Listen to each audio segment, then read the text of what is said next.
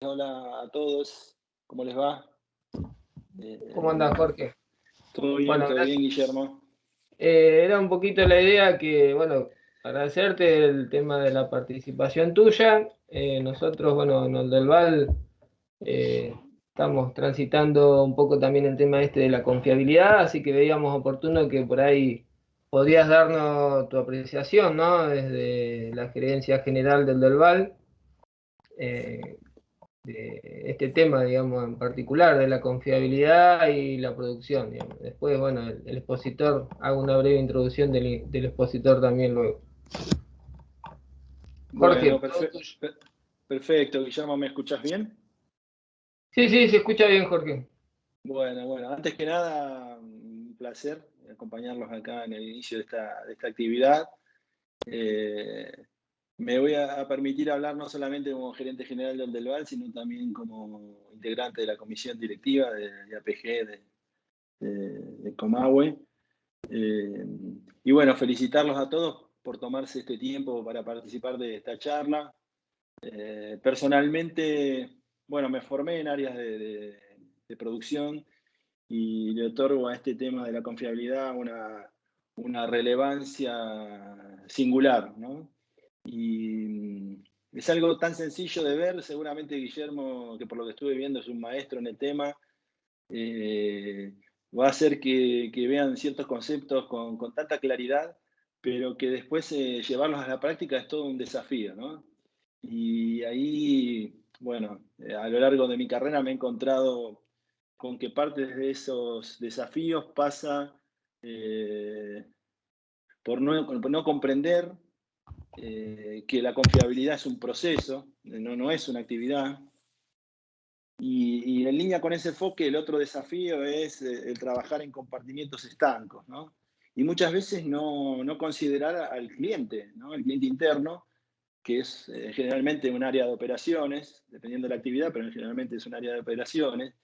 Y si confiabilidad es alguna medida de cómo un sistema cumple con las expectativas del usuario o del cliente, del operador, bueno, parece medio incoherente no considerarlo, ¿no? Porque las demandas de los sistemas operativos van cambiando, micro cambios o grandes cambios, y si no estamos atentos a eso, bueno, es un foco de debilidad para un sistema de confiabilidad. Eh, Ahí, como decía Guillermo, desde hace un tiempo, hace un par de años, implementamos en el del Val, un poco visualizando esto, una gerencia de confiabilidad, ¿no? Eh, Tratamos de quitar lo que era la palabra mantenimiento o el área de mantenimiento, ¿no? Lo que he visto también a lo largo de mi carrera es que en las áreas de mantenimiento, en general, el foco, voy a ser un poco así por ahí transgresor para que se entienda, pero el foco es, bueno, arreglar lo que se rompe, ¿no? Y yo he visto gerentes o jefes de mantenimiento muy contentos al, al tener un 100% de cumplido o un 90%, nunca es el 100%, un programa de mantenimiento preventivo, ¿no?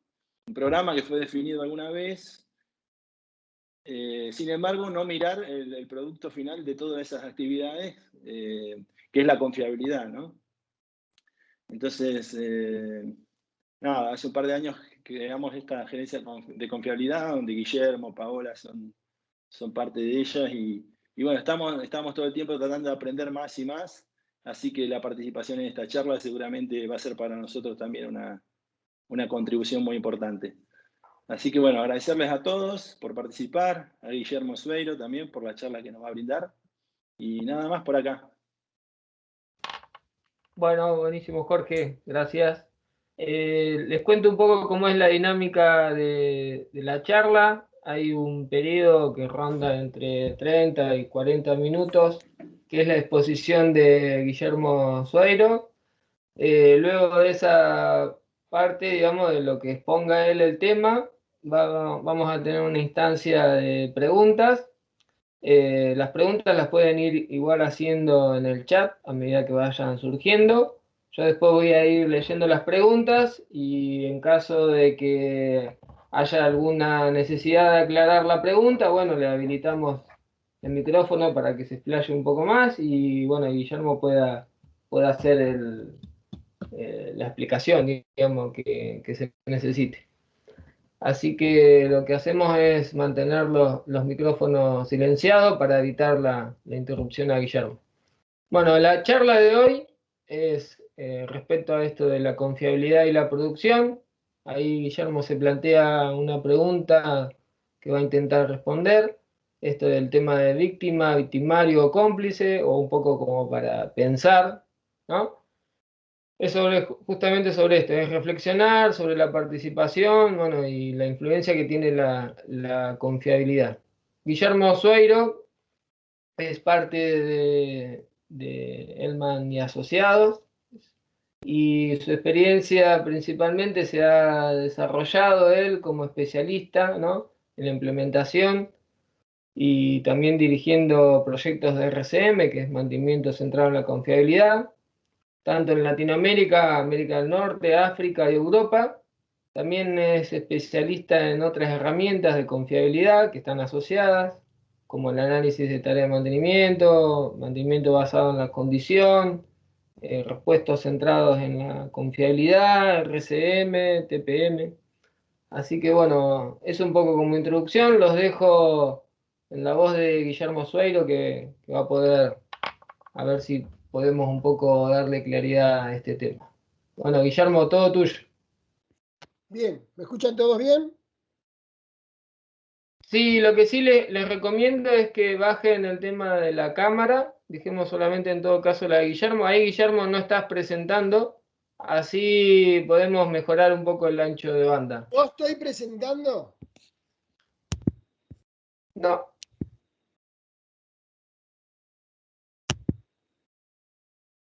¿Ahora?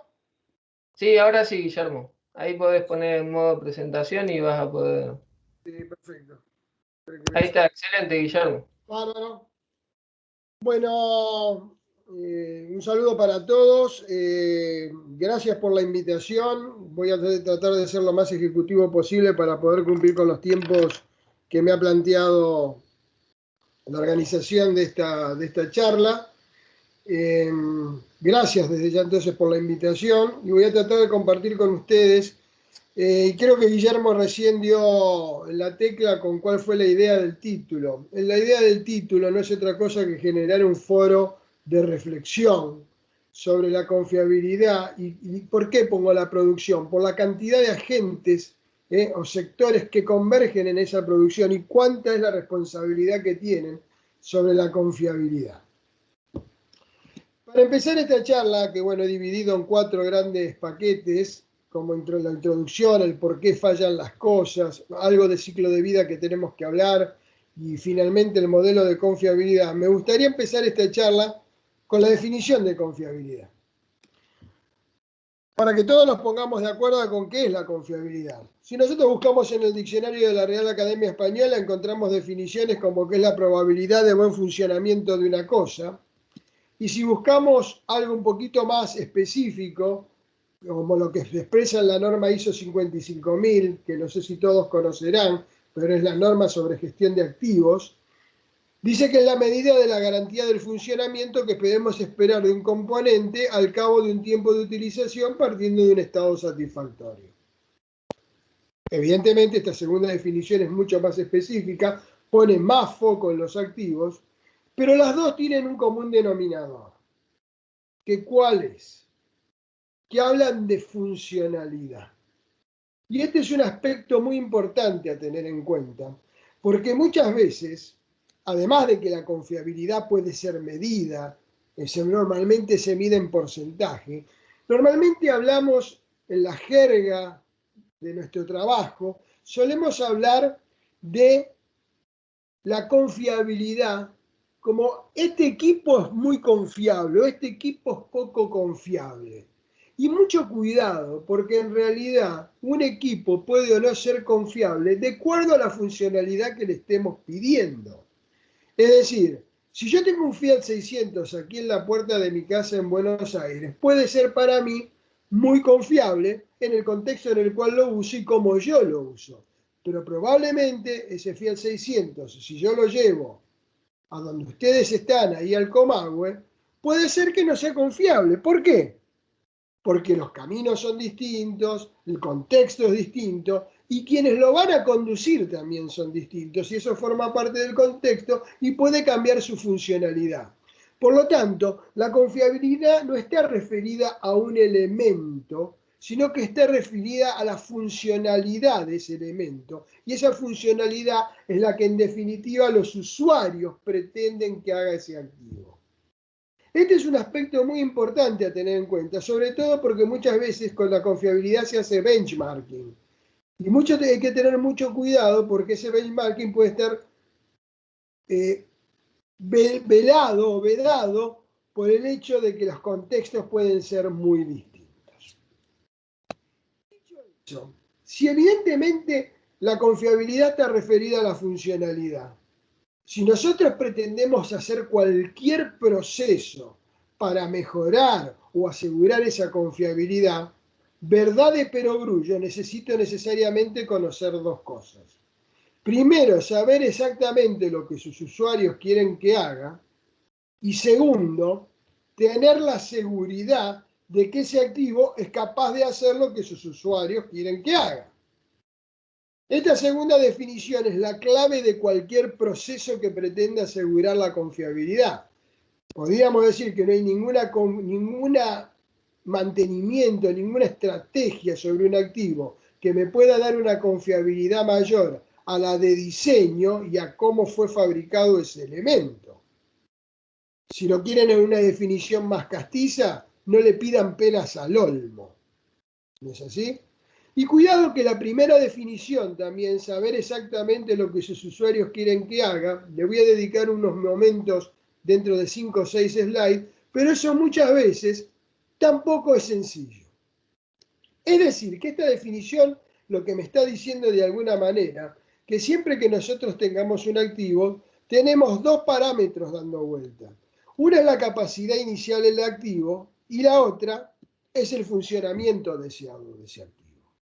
Es decir, y las dos están permanentemente en juego. Y uno de los problemas que muchas veces tenemos es que confundimos uno con otro.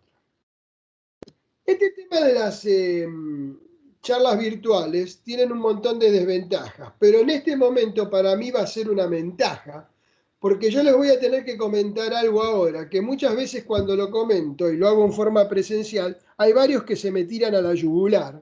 ¿No es así? Que hay ciertos conatos de agresión que hoy voy a tener la suerte de poder evitar. ¿Cuál es ese concepto que les quiero dar? Es que siempre que ustedes tengan un activo, tiene que haber un cierto margen de deterioro entre la capacidad inicial del activo y el funcionamiento deseado. Es decir, entre lo que el activo puede hacer y lo que queremos que hagan.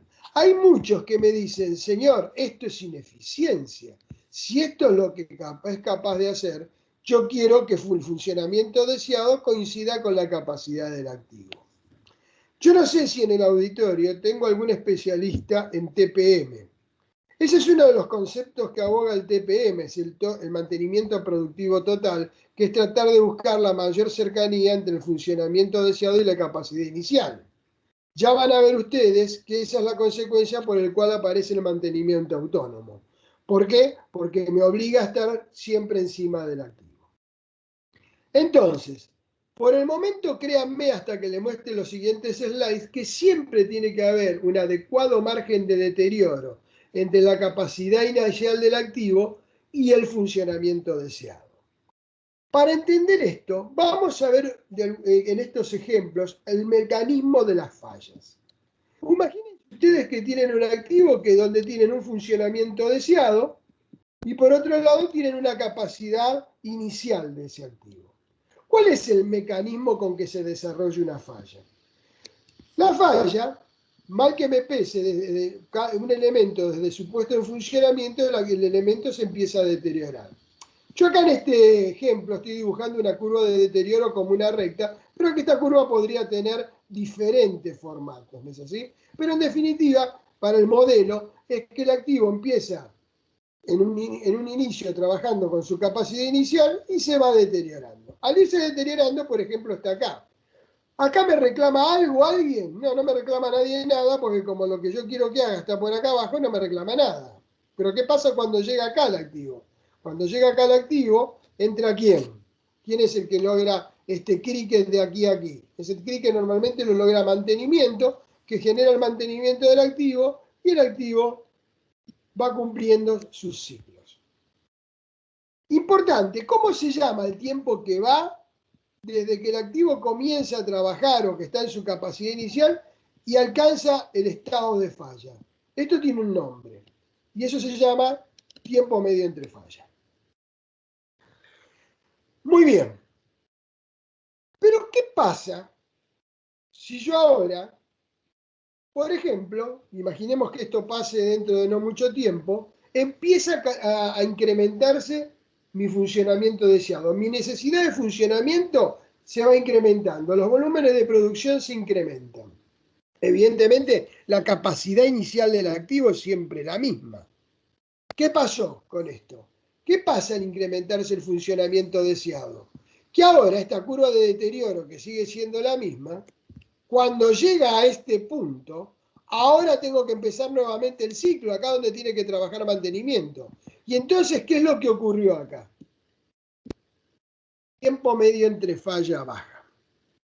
Yo no sé si a ustedes les ha pasado alguna vez, pero yo lo he visto en alguna oportunidad, que se producen incrementos de producción. ¿No es así? Normalmente, ¿qué se hace? Se llama una reunión donde está por un lado operaciones, por el otro lado la gente de producción, está la gerencia y demás, viendo y armando todo lo que yo llamo todo el circo para poder cumplir con los volúmenes de producción deseados. Pero normalmente en esas reuniones hay un gran ausente, que es la gente de mantenimiento. ¿Y qué le pasa a la gente de mantenimiento? Que al mes, a los 2 meses o después de un periodo, van y se sientan con la gerencia y le dicen: mire señor, no me alcanzan los recursos para hacer el mantenimiento que tengo que hacer. Y la gerencia le contesta algo muy lógico. Le dice: escúchame, ¿cómo no te alcanzan los recursos si siempre estás teniendo que mantener la misma cantidad de activos? ¿Es así? ¿Y por qué si antes te alcanzaban, ahora no te alcanzan? Esta puede ser una de esas circunstancias. Porque ¿qué es lo que cambió? Cambiaron los tiempos medios entre fallas. Es decir, la intervención de mantenimiento para un mismo activo debe hacerse con mayor frecuencia. Veamos otra situación que se puede dar.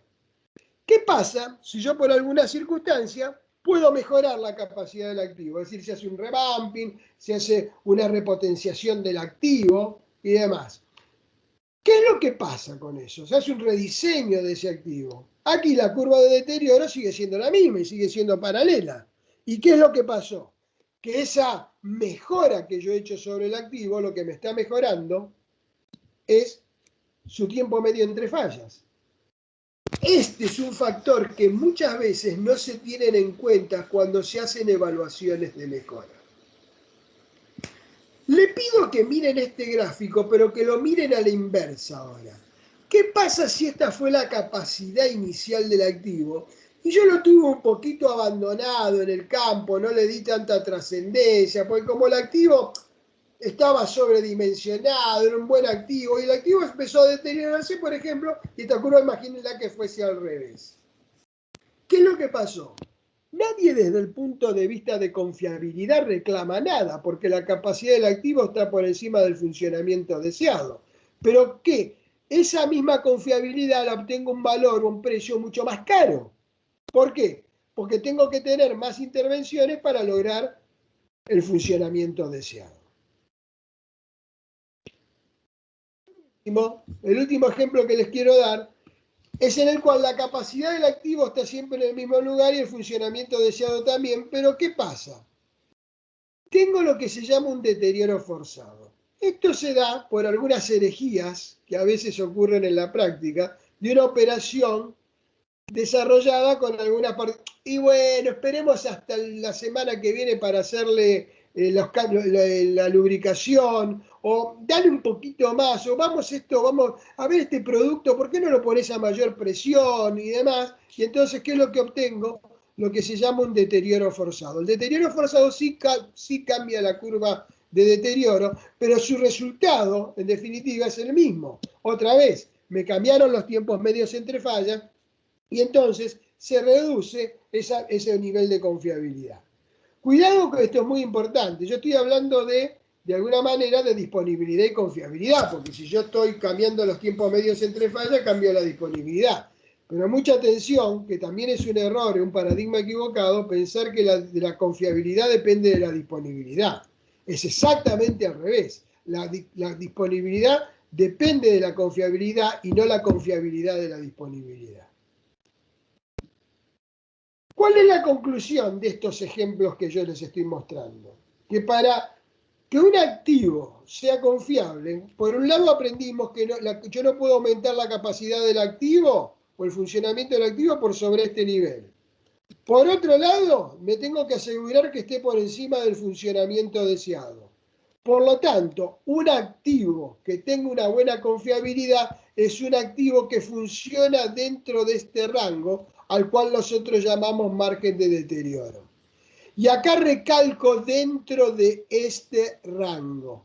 Si ustedes me hubiesen puesto el funcionamiento deseado, como vimos en ese ejemplo, coincidiendo con la capacidad inicial del activo, lo que me estarían obligando para asegurar la confiabilidad, que yo tendría que estar trabajando sobre una línea, no sobre un rango. Con lo cual, lograr mantener la confiabilidad se hace mucho más difícil y me obliga a estar encima del activo en forma permanente. Muy bien. Dicho lo anterior, preguntémonos por qué fallan y cómo fallan las cosas. Y para eso veamos primero cuál es la definición de falla funcional. ¿Qué es una falla funcional? La definición es casi obvia, es que es cuando el activo no hace lo que los usuarios quieren que haga. Creo que vamos a coincidir todos con esta definición. Pero también les debo advertir que mi experiencia dice que es de la misma manera que lo que les comentaba antes, que no siempre es fácil definir las funciones de un activo, también muchas veces es difícil definir las fallas asociadas a ese activo. Y se lo voy a dar con un ejemplo. Yo no sé si alguna vez han tenido ustedes la experiencia de escuchar discusiones de pasillo donde se escuchaba a dos personas decir una a la otra: el equipo falló. No, no falló. Sí que falló. No, que no falló. Esa discusión se puede dar solo por dos circunstancias. Que los dos que estén hablando sean dos locos. Y convengamos que las organizaciones hoy en día tienen determinados elementos, determinados procedimientos para que no hayan locos. Es decir, tienen determinados filtros para evitar la presencia de locos. Ustedes saben perfectamente que los filtros no son perfectos. Siempre alguno por ahí pasa. Pero vamos a evitar, vamos a trabajar dentro del mundo de lo racional.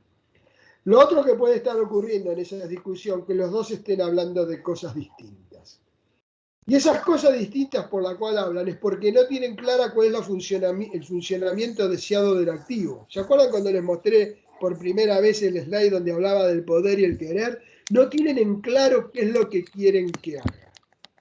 Consecuencia de no tener claro lo que quieren que haga, difícilmente pueden saber cuándo deja de hacer lo que queremos que haga. Entonces, mucho cuidado.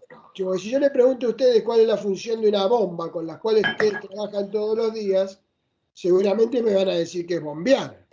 Pero yo les podría asegurar que una de las bombas que ustedes tienen no menos de 15 o 20 funciones que ustedes quieren que haga. Porque ustedes podrían tener una bomba que bombee, pero que pierde por la carcasa como una regadera.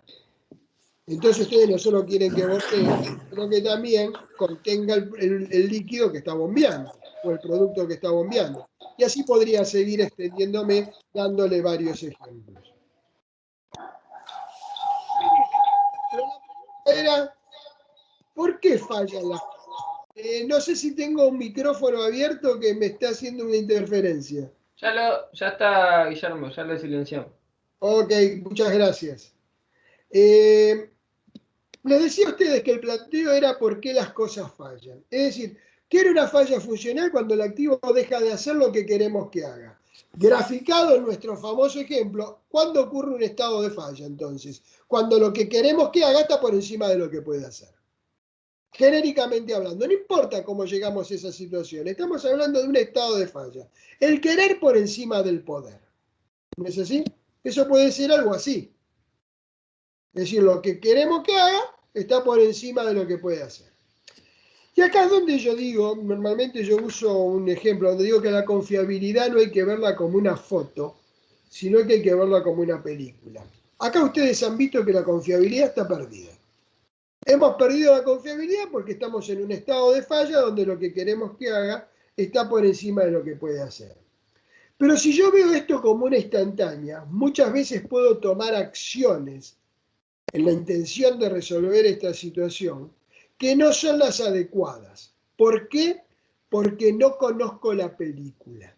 La película es cómo llegué a esta situación, donde lo que quiero que haga está por encima de lo que puede hacer.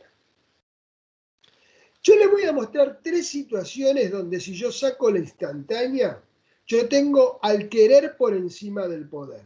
Y después les voy a contar la película. Y vamos a ver cuál es la estrategia de mayor valor para resolver esa situación. Instantánea. Querer por encima del poder. Ahora les cuento la historia. ¿Cuál es la historia? Que lo que podía hacer va cayendo después de su puesta en servicio hasta que queda por debajo del querer. Es decir, el equipo se va degradando. Eso porque puede ser por un deterioro, por una falla en la lubricación, acumulación de suciedad, desarmes, es decir, que se va soltando, desarmando, aflojando. ¿Cómo resuelvo esta situación en la práctica? ¿Cuál puede ser el cricket que haga que el poder vuelva a estar por encima del querer? Porque este activo originalmente cumplía con la condición para ser un activo confiable, podía tener el poder por encima del querer. ¿Cuál es ese cricket? Ese cricket se llama mantenimiento. Poder volver a hacer que el activo sea capaz de hacer lo que queremos que haga. Otra instantánea. ¿Qué es lo que pasó ahora? El poder, el querer, le cuento la historia, otra vez el querer por encima del poder, y ahora lo que pasó es que el querer, lo que queremos que haga, va aumentando hasta que supera la capacidad inicial del activo. Hasta que supera la capacidad inicial del activo. Eso se puede dar por una sobrecarga sostenida y deliberada, es decir, yo estoy sobrecargando al activo y soy consciente que lo estoy sobrecargando. Puede ser por una sobrecarga sostenida y sin intención, es decir, yo lo estoy sobrecargando pero no soy consciente que lo estoy sobrecargando. Por una sobrecarga repentina y sin intención, normalmente esto suele ocurrir en los casos de error en la operación. Por ejemplo, dar una contramarcha. O por la definición de procesos incorrectos. Definió procesos que después el activo no es capaz de aguantarse. ¿Cuál es la solución en este caso? La solución en este caso es modificando el activo de alguna manera para que pueda hacer lo que nosotros querramos que haga. En el ejemplo que le acabo de dar puede ser, por ejemplo, ponerle al carro dos ejes con 4 ruedas. Como me dijo uno una vez, poner 2 burros. ¿Es así? O bien reduciendo lo que el usuario quiere que haga, es decir, sacándole cajas al carro que está tirado por el burro.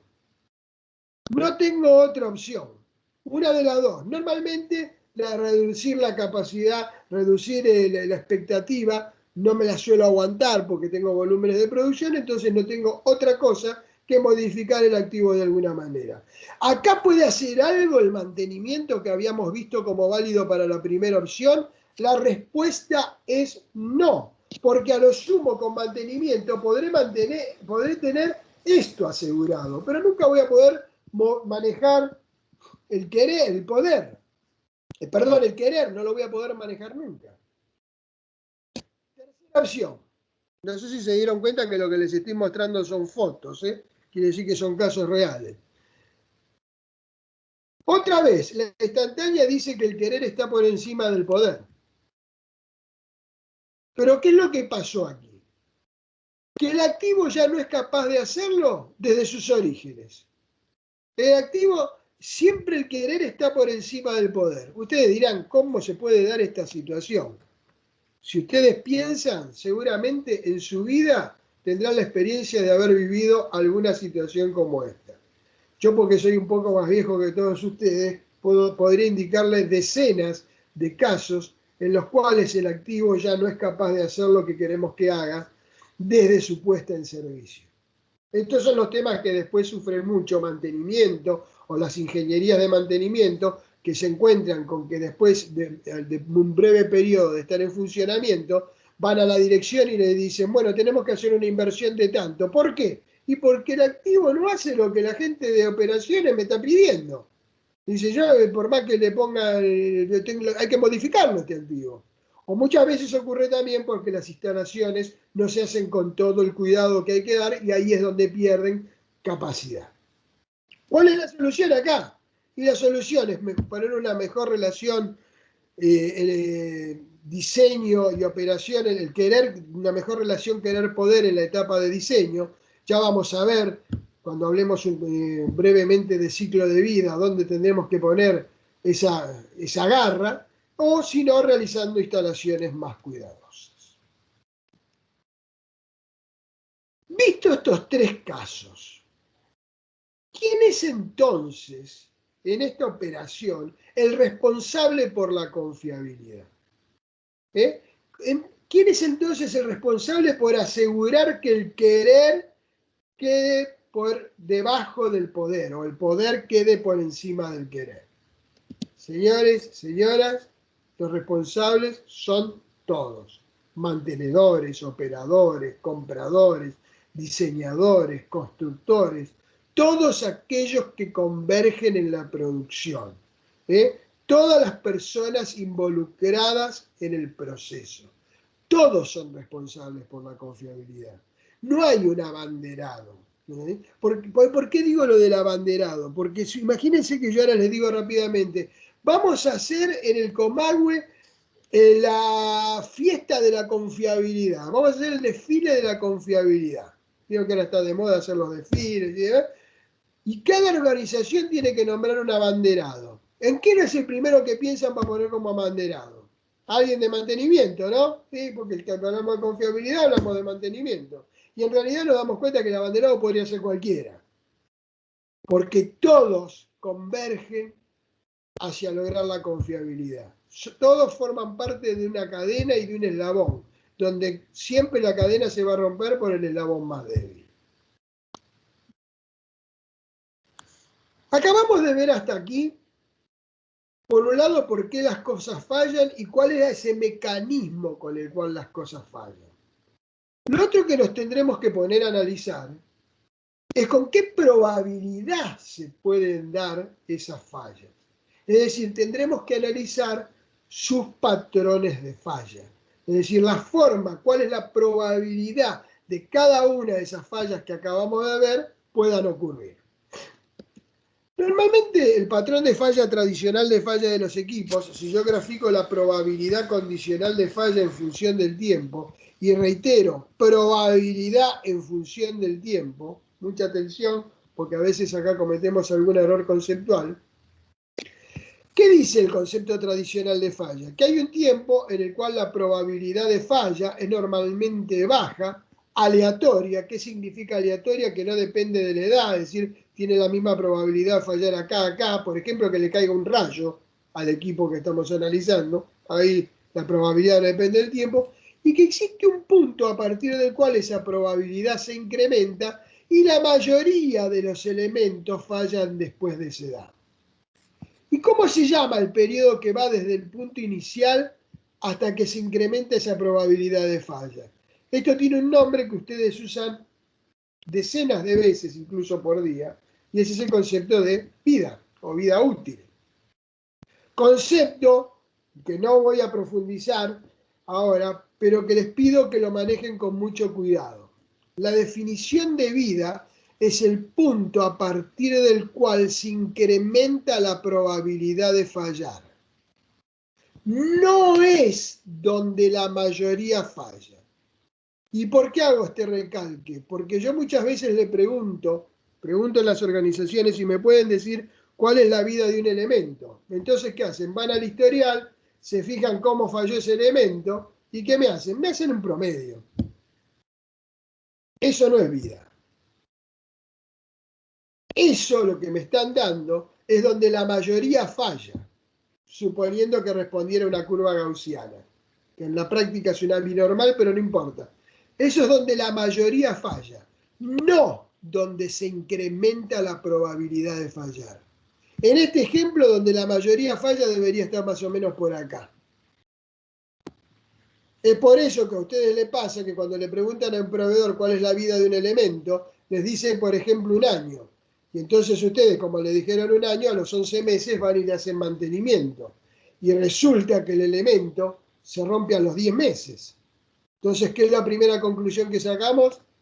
Que el proveedor me engañó. Y el proveedor no le engañó, porque el dato que tiene él es donde la mayoría falla, no donde se incrementa la probabilidad de fallar, que es lo que ustedes necesitan. Claro, si el elemento que estamos hablando cae de la media hacia acá, estamos salvados. Pero si cae de acá para acá, es donde tenemos serios problemas. Aclarado este concepto, este es el concepto tradicional de falla de los equipos, con el cual la industria ha ido trabajando, empezó a trabajar ya desde los años 50. Después de terminada la Segunda Guerra Mundial, ya se empezó a trabajar con esto. Hay una versión naif y hay una versión más realista de lo que ocurrió en esa altura. Resulta que la industria, yo les voy a contar la versión más realista. La industria aeronáutica trabajaba, si hay una industria donde la confiabilidad es un aspecto clave, gracias a Dios, para los que viajamos, es la industria aeronáutica, ¿no es así? Esa industria aeronáutica tiene la confiabilidad como una premisa de base. Y en los años 60 la industria aeronáutica trabajaba con este concepto. Pero ¿qué le pasaba a la industria aeronáutica? Que empezó a hacer desarrollos mucho más sofisticados. Y lo que encontraba cuando tenían estos patrones de falla, porque evidentemente ¿qué mantenimiento hacían? Cuando estaba llegando cerca de este punto, le hacían mantenimiento, el famoso mantenimiento de tipo preventivo. ¿Qué se encontraba? Con que había elementos que estaban excelentemente bien al llegar a los valores de vida que ellos consideraban, ¿no es así? Que normalmente este valor de vida en altura que yo les estoy contando eran unas 6.000 horas. Y entonces como que estaban tirando el dinero porque prácticamente cambiaban elementos que estaban nuevos. ¿Y qué les pasaba? En ese momento empezaron desarrollos claves, como por ejemplo el del Jumbo, el del Boeing 747, que fue el que revolucionó de alguna manera la industria aeronáutica. Pero le daban unos números de costos de mantenimiento que eran inviables, se hacían inviables esos proyectos. El costo por asiento era inviable. Entonces, ¿qué hizo la Administración Federal de Aviación? Que es la que rige, de alguna manera, todo lo que hace a la confiabilidad en la industria aeronáutica. Le pidió a dos señores, uno el señor Nolan y el otro el señor Heap, uno director de mantenimiento de United y el otro gerente de planificación de United, que investigaron un poco más sobre esta situación. Y ellos se tomaron su tiempo, se tomaron casi una década, y donde analizaron con mucho detalle, hicieron análisis donde tomaron elementos de mecánica, de electricidad, de electrónica, de neumática, de hidráulica, referidos a todo tipo de industrias, no solo vinculado a la industria aeronáutica, y empezaron a analizar verdaderamente su comportamiento. Y lo que en realidad descubrieron que los elementos no fallan con un único patrón de falla, sino que en realidad fallan con 6 patrones de falla distintos. Unos fallan con el concepto de la famosa curva de Bañera, alta mortalidad infantil, probabilidad baja de falla. Otros sí fallaban con el patrón tradicional, otros fallaban con un patrón de falla creciente, de probabilidad creciente. Estos son clásicos patrones, por ejemplo, de corrosión, de los cuales ustedes tienen bastante, de evaporación. Otros elementos fallaban con patrones de falla con un rápido incremento inicial seguido de una probabilidad baja y aleatoria. Otros fallaban con una probabilidad que no dependía de la edad, era constante, y otros fallaban con patrones de falla donde teníamos una alta mortalidad infantil seguida de una probabilidad baja de fallar.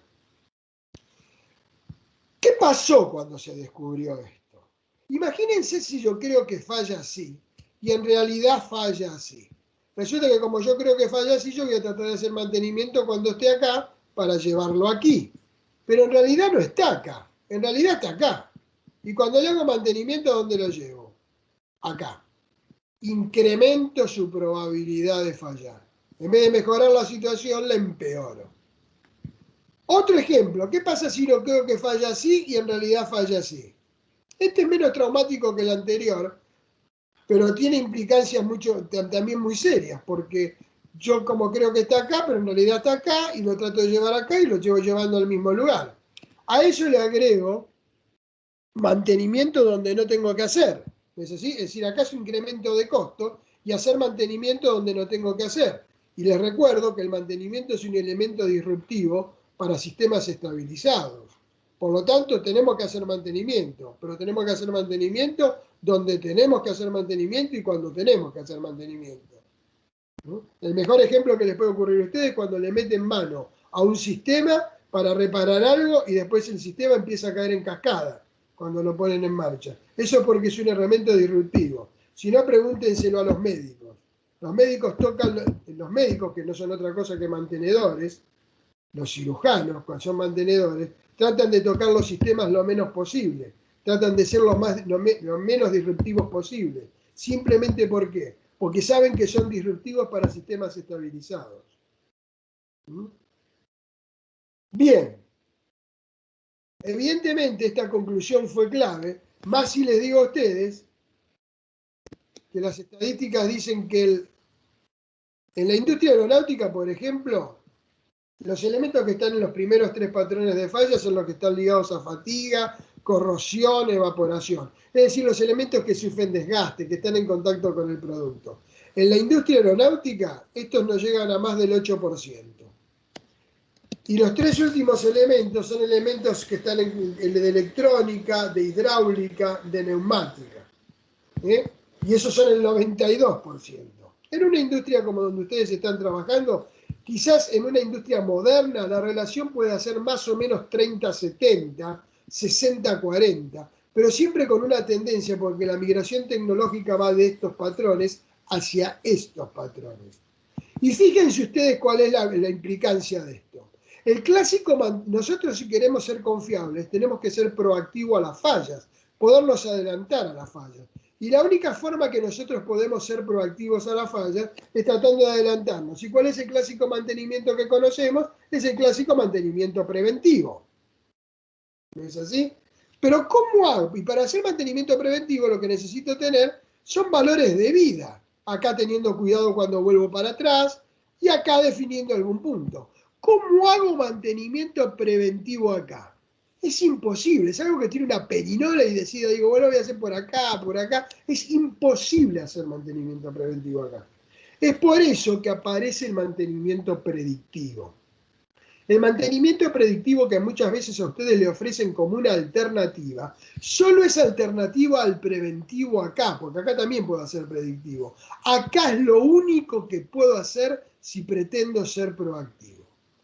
Esa es la principal conclusión de esto. Muy bien. Pero todos estos sistemas, todos estos equipos, toda esta probabilidad de ocurrencia, todo este mecanismo de falla, todos estos equipos no están aislados.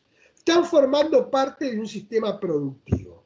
Y ese sistema productivo lo tengo que evaluar porque a mí en definitiva lo que me interesa es cuál es la confiabilidad de mi sistema productivo. Y para eso, entonces, tendré que ser capaz, entendiendo por sistema productivo al conjunto de activos ordenados para cumplir algún objetivo, tengo que poder ser capaz de medir la confiabilidad de esos sistemas productivos o de mis sistemas productivos. Y esos sistemas productivos, básicamente, o combinación de ellos, pueden ser sistemas que estén en serie, con equipamiento en serie, con equipamiento en paralelo o con equipamiento en servicio y redundantes, es decir, activos y redundantes, o cualquier combinación de ellos. Entonces yo tengo que poder ser capaz de medir la confiabilidad de esos sistemas productivos. En el caso de sistemas en series, la confiabilidad de un sistema en serie es el producto de las confiabilidades de cada uno de los componentes del sistema. Aquí se da la regla de rendimientos decrecientes. Si yo tengo 3 componentes en serie y cada uno tiene 99%, la confiabilidad del sistema va a ser 97%, porque es la ley de rendimientos decrecientes. Si en cambio los tengo en paralelo, es decir, que puedo obtenerlo a través del componente 1, o del 2, o del 3, o del 4, o del n, la confiabilidad del sistema va a ser el promedio de las confiabilidades de cada uno de los componentes. Y en el caso de componentes redundantes, la confiabilidad tiene una fórmula un poco más compleja, que es esta que está aquí, donde la confiabilidad del sistema va a ser igual a, si no tuviese fallas, por el producto de las confiabilidades, de la probabilidad de falla. Esto sería la probabilidad de que el componente esté fallado de cada uno de los componentes que componen esta estructura. Esto, como ustedes van a tener después, entiendo la presentación y demás, lo pueden ver con mayor detalle. Yo no me puedo detener tanto en honor al tiempo que dispongo. Ya sabemos todo, ya sabemos por qué fallan, cómo fallan, cuál es el mecanismo, cuál es la probabilidad. Pero hay otra gente, hay otros actores en todo esto que pueden estar influyendo. Y eso lo podemos analizar viendo ciclo de vida. Otra vez, de ciclo de vida podríamos hacer 10 sesiones de ciclo de vida. Pero yo quiero referirme, yo les voy a mostrar para nuestra reflexión solo un slide. ¿No es así? Entendiendo que el ciclo de vida va desde la idea del plan de negocios hasta la disposición del activo. Y a mí me gustaría mostrarle para nuestra reflexión, para no perder el objetivo de lo que estamos buscando, es cuáles son las oportunidades de ahorro que nosotros tenemos en este ciclo de vida. Y para eso lo que yo voy a graficar, poniendo en abscisas todas las distintas etapas del ciclo de vida y en ordenadas los porcentajes del total de costo del ciclo de vida, voy a graficar 3 cosas. Por un lado, el gasto acumulado, por el otro lado, la inversión comprometida y por el otro lado, la oportunidad de ahorro. En una primera etapa, que es la etapa de diseño, el gasto acumulado es muy bajo, porque en realidad estoy con la idea todavía. Pero ¿qué pasa con la inversión comprometida? Empieza a crecer, es casi el 50%. ¿Por qué? Porque empiezo a fijar cosas en mi proyecto que después va a ser difícil cambiar. Y por supuesto, genero restricciones ya en el diseño que me quitan grados de libertad en cuanto a mi capacidad de ahorro.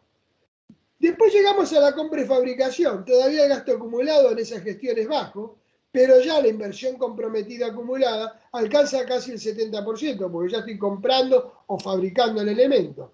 Y por lo tanto la oportunidad de ahorro, como cada vez tiene menos grado de libertad, me va cayendo. Ya tengo el activo y lo tengo que instalar. Ahí empieza a crecer el gasto acumulado. Evidentemente la inversión ya está casi asintótica al 90%, porque ya lo tengo 80-90%, y la oportunidad de ahorro se me reduce mucho, el costo de oportunidad de ahorro se me reduce mucho, porque ya prácticamente tengo abrochado lo que va a ser mi sistema, mi activo. Y ahí llegamos a la operación y al mantenimiento, donde evidentemente el gasto acumulado va creciendo, ya la inversión comprometida se hace asintótica, sigo perdiendo un poco de oportunidad de ahorro porque ya estoy trabajando, y ahí es donde se dispara el gasto acumulado, ya todas se hacen asintóticas a 100 y todavía me queda siempre un grado de oportunidad de ahorro porque siempre puede haber lo que se llama mejora continua. ¿Cuál es la conclusión de este slide? Que muchas veces nosotros le pedimos reducir costos, mejorar la operación, mejorar la calidad a esta etapa. Cuando en realidad, por lo que vemos de esta gráfica, esta etapa es la más influenciada por todas las etapas anteriores. Es cierto que la etapa de operación y mantenimiento es la más larga, y por eso le estamos encima, pero está condicionada a esta etapa. Es por eso que hoy en día no se concibe en una industria que tenga la confiabilidad como premisa, que los conceptos de confiabilidad y mantenibilidad no estén desde la etapa de diseño. Podríamos hablar muchísimo más de costos de ciclo de vida. Yo les voy a mostrar ahora un slide donde, por ejemplo, fíjense ustedes, esta es una inversión cualquiera, donde tenemos todo lo que tenemos que considerar: precio, calidad, servicio, disponibilidad de repuestos, costo de repuesto, garantía. Y acá es donde se ve por primera vez algo de lo cual yo todavía no hablé, pero que es fundamental, que es la alineación de objetivos entre los distintos sectores y estratos de la organización. Si yo en una organización premio a la gente de compra porque compren más barato, o premio a ingeniería porque la hagan en el menor tiempo posible y al menor costo posible, o premio por comprarme el repuesto más barato que a lo mejor no tiene la calidad que pretendo, todo eso, si no está de alguna manera alineado con el objetivo final, ¿no es así?, voy a tener problemas. Acá, por ejemplo, ¿cuál es el problema? El problema tiene un nombre. Ese problema se llama ROI, o retorno sobre la inversión. Porque lo que no va a gastar uno, lo va a gastar en exceso otro dentro del proceso. ¿No es así? Entendiendo por el retorno de la inversión el beneficio generado por esa inversión sobre el valor de la inversión. Miren ustedes, este es un ejemplo sencillo, pero es un caso real que yo les quiero mostrar. Donde tengo acá dos equipos, como ven ustedes, esto es de Europa porque está en euros, tiene precio, tiene el costo, tiene la disponibilidad de repuestos, tiene el gasto de operación y mantenimiento, tiene las garantías que tiene cada equipo, tiene el valor de reventa de cada equipo cuando se termina su ciclo de vida. Evidentemente acá, si yo tomo a la gente de compra, ¿cuál va a comprar? Si yo lo voy a premiar porque compre el más barato, seguro me va a comprar este, ¿no? Y los repuestos, y bueno, ya veremos cómo nos rebuscamos con los repuestos. Inclusive el valor de reventa está bastante bien, tiene buena garantía. Bueno, si ustedes hacen el análisis de costo de vida a lo largo del ciclo de vida, acá tienen un flujo de fondos del costo del ciclo de vida de este ejemplo, donde por un lado tienen los flujos del periodo en 10 años, y por el otro lado tienen el cálculo del valor actual neto de cada año. Fíjense ustedes, si realmente ustedes fuesen a usar el activo nada más que 6 años, entre 6 y 7 años, es muy probable que el que tenga el mejor valor actual sea el más barato de los activos. Pero ustedes pretenden un ciclo de vida mayor. Por lo tanto, cuando yo completo el ciclo de vida, el valor actual del componente del equipo más caro termina siendo más barato, es decir, la mejor ecuación a lo largo de su ciclo de vida. Por lo tanto, esto es algo que debemos analizar siempre y eso forma parte de la alineación de los objetivos. Este es un ejemplo que les quería mostrar para que ustedes vieran también qué participación tienen otros sectores. Muy bien, para terminar, porque si no Guillermo se va a enojar conmigo. ¿Cuál debe ser la característica de un proceso basado en confiabilidad, entonces? Primero, debe tener en cuenta el valor del activo, pero con la definición de valor no solo económica, sino de lo que aporta al resultado. Debe poner foco en la funcionalidad. Tiene que extremar el análisis en las causas de fallas y los mecanismos, de forma de determinar estrategias de mantenimiento adecuadas. Debe tratar de evitar las consecuencias. Fíjense que yo hablé mucho de fallas, pero no hablé de consecuencias. Y realmente a mí lo que importan son las consecuencias. Fallar pueden fallar muchas cosas, pero lo que ustedes tratan de evitar son las consecuencias.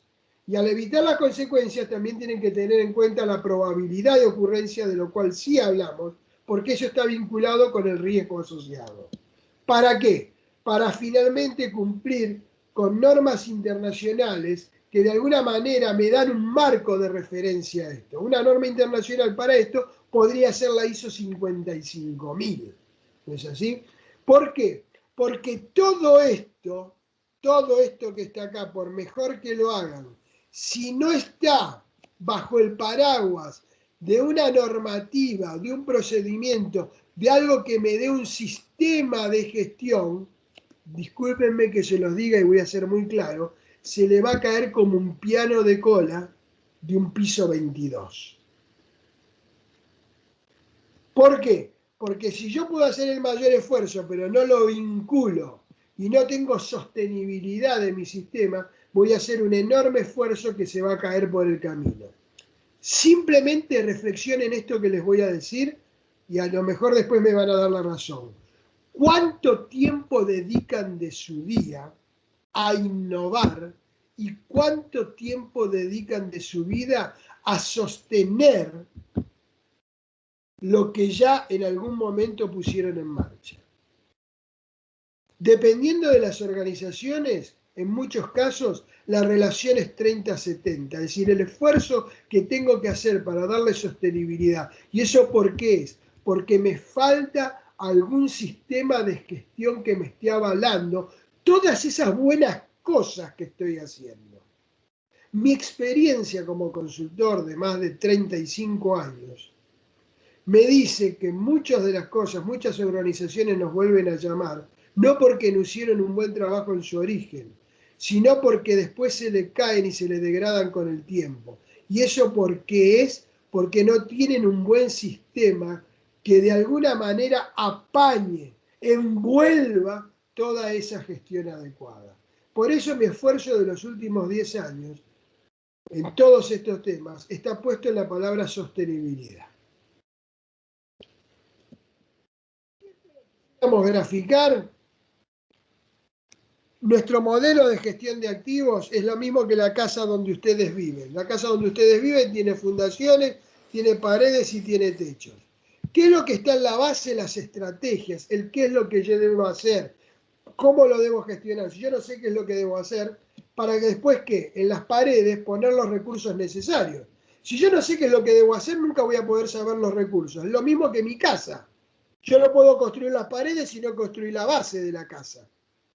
Y finalmente está el techo. ¿El techo qué es? Lo que administra a mis recursos. Lo que administra mis recursos humanos, mis recursos materiales, mis servicios de terceros. ¿No es así? Acá arriba el nombre tendrá el que tenga. Para algunos será SAP, para otros será Máximo, para otros será el sistema que ustedes quieran.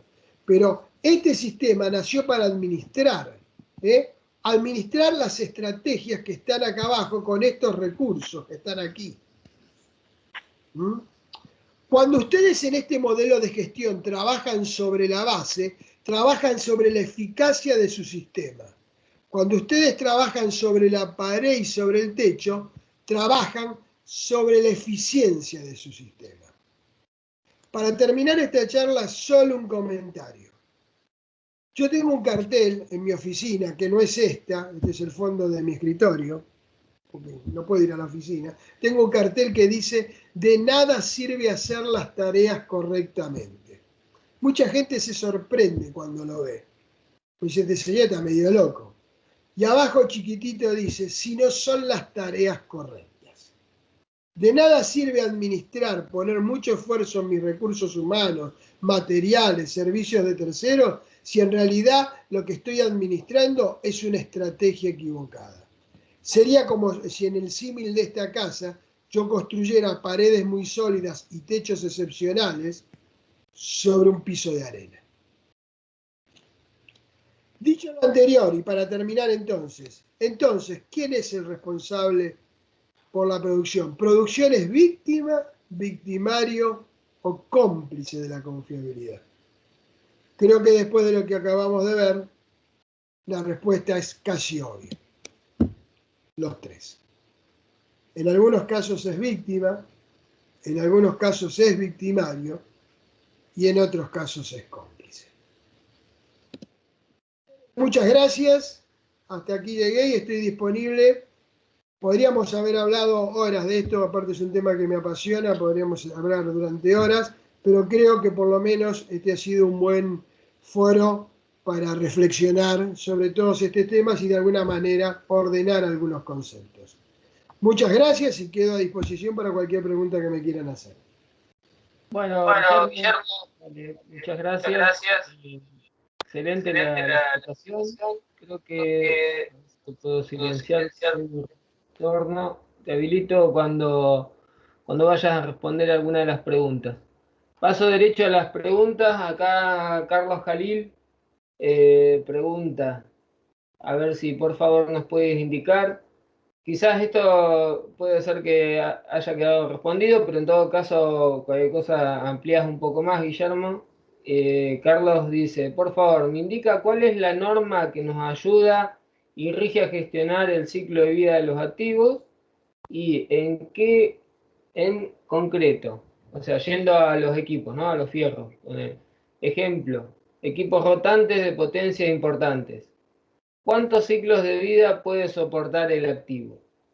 Y si la compra del activo debe considerarse desde la adquisición misma en el ciclo de vida. A ver, Guillermo, habilitado nuevamente el micrófono. Sí.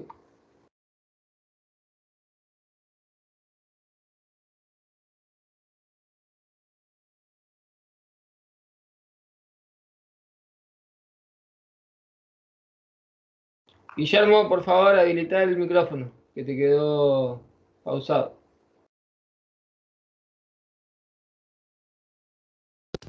Ahí está. Bueno, Ahí está. La norma que se está utilizando para trabajar todos estos temas de gestión de activos en la norma ISO 55000 y específicamente la 55001. La norma ISO 55001 es la norma que se está utilizando para todo lo que sea gestión de activos físicos. Es una norma absolutamente accesible, está en castellano. El IRAM lo tiene también como norma en IRAM 55001. IRAM tiene un subcomité de gestión de activos, al cual yo formo parte del comité. Están todos invitados los que quieran participar. Es la norma que hoy es referente para darme el modelo de gestión de activos que se debe cumplir para lograr sostenibilidad de nuestra gestión de activos, de la gestión de activos que ustedes pretenden. En cuanto a las otras dos preguntas, ¿cuántos ciclos de vida? Para quien me lo preguntó, ingeniero hace 45 años. Todavía no hice el curso de mago, pero eso va a depender mucho del contexto del activo del cual me estés hablando. Con ese solo planteo para un equipo rotante, cuál puede ser la cantidad de ciclos, ¿no es así? Es incontestable con esa cantidad de datos. ¿Se podría calcular? Sí, se podría calcular, pero deberíamos tener en cuenta una serie de factores de contexto, características de la operación, etcétera, etcétera. En cuanto a lo que me comentaron de la compra sí, claro que forma parte del ciclo de vida del activo. Desde la idea hasta la disposición. Y eso, por supuesto, pasa por la compra. ¿Es así? Y es lo que dije de alguna manera al final. La participación de los conceptos de confiabilidad y los conceptos de funcionalidad y demás tienen que estar, y de mantenibilidad, tienen que estar desde la etapa de diseño. Si no, por eso después a veces me traen un activo que cuando lo quiero desarmar me choca contra otra cosa y no lo puedo abrir, o tengo que desarmar media máquina para poder cambiar una cosa, cosas por el estilo. Sí, la respuesta es sí. La compra tiene que estar dentro de mi ciclo de vida y tiene que estar integrada en mi sistema de gestión de activos. Guillermo.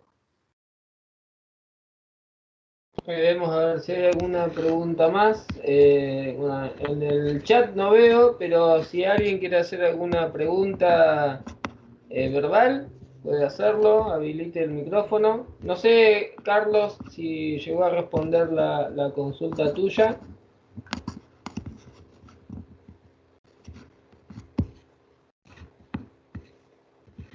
Sí, dice que perfecto. Así que, bueno, si no hay más preguntas,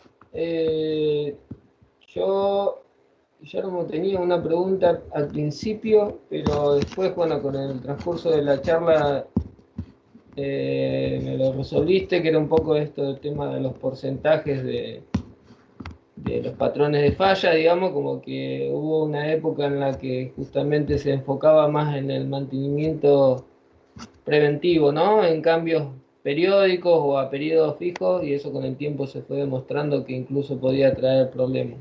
Pero bueno, con la charla lo estoy resolviendo. ¿Estoy habilitado, Guillermo? ¿Cómo? ¿Tengo el micrófono habilitado? Sí, sí. Sí, un comentario respecto de eso, porque parecería, cuidado con este tema porque no hay una receta, no hay una receta mágica. En todos estos temas se da lo que se denomina la ley del péndulo. Paso de no tener nada a querer hacer todo de esa manera, pero el péndulo normalmente se estabiliza en el centro. ¿No es así? Mucho cuidado con este tema porque ahora lo que yo estoy viendo, antes no se conocía, por ejemplo, el mantenimiento predictivo. Y ahora parecería que lo único que vale es el mantenimiento predictivo.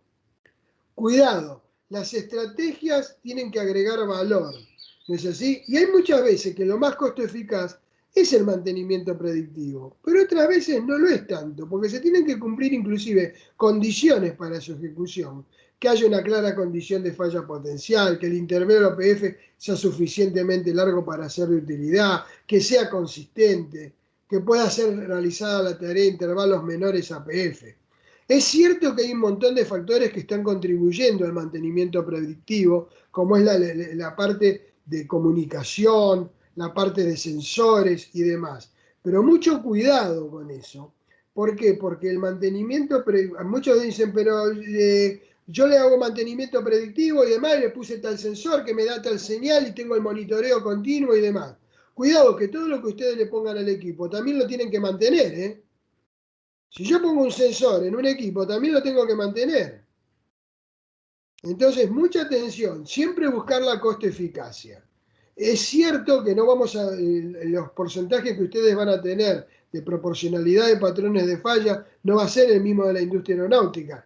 Yo con el conocimiento y la experiencia que tengo en la industria del petróleo, es muy probable que en un upstream puedan estar en una relación 40-60. En el downstream pueden estar en una relación, si la refinería es más o menos moderna, de un 30-70, 25-75. Depende un poco de cuán moderna sea el lugar. Pero cuidado que no descarten ningún tipo de mantenimiento. Inclusive, un buen mantenimiento puede ser no hacer nada. No descarten ninguna opción. Excelente, Guillermo. Bueno, a ver si creo que no hay más preguntas. Si no, bueno, nuevamente te agradecemos mucho, Guillermo, la participación. Es como vos decís, por ahí el tema da para mucho más. La charla no es que estaba específicamente acotada a un tiempo, así que muy bien. Es un tema que, sí, bueno, vos, Guillermo, un poco ya me conocés. Si fuera por nosotros, capaz que nos quedamos un rato más charlando, pero bueno. Es un poco la idea de la charla, o el objetivo era justamente que reflexionemos sobre esto del tema de la confiabilidad, de que la confiabilidad un poco la hacemos entre todos y que no es, como decías vos, me quedó ahí el tema este del abanderado, ¿no? O sea que la bandera en todo caso la podemos llevar todos, un día cada uno o entre todos, pero bueno, cada uno suma esto de la confiabilidad dentro de la organización. Así que bueno, nuevamente gracias también a los participantes, a los que se han unido a la charla. Y bueno, próximamente tendremos un poco más definido el cronograma de siguientes actividades, pero vamos a estar cumpliendo con este objetivo que nos hemos puesto de una charla por mes. Así que en breve van a llegar nuevas invitaciones a las charlas siguientes. Así que bueno, Guillermo, en nombre del equipo del IAPG de Comahue, te agradecemos mucho la participación. Muchas gracias a ustedes. Solo comentar que cuando empezamos esta charla solo teníamos una pregunta. Si hice las cosas bien, ahora tendrán muchas más para reflexionar. Y bueno, queda mi correo, lo han visto ustedes por ahí. Si no, se lo pueden pedir a Guillermo Novillo. Cualquier duda que tengan, cualquier cosa que la reflexión de la presentación ustedes quieran consultar y demás, estoy a su disposición. me mandan un correo electrónico o hacemos un Teams o un Skype o lo que ustedes quieran si es que quieren aclarar algún tema. Para eso estoy. Muchas Bien. gracias entonces. Excelente, Guillermo. Muchas gracias, Guillermo. Gracias, Guillermo. Por favor, un Gracias gusto, por todo. un gusto. Muy amable. Gracias, Paula, por todo. Gracias. Hasta luego. Chao, Chao. chao. Gracias.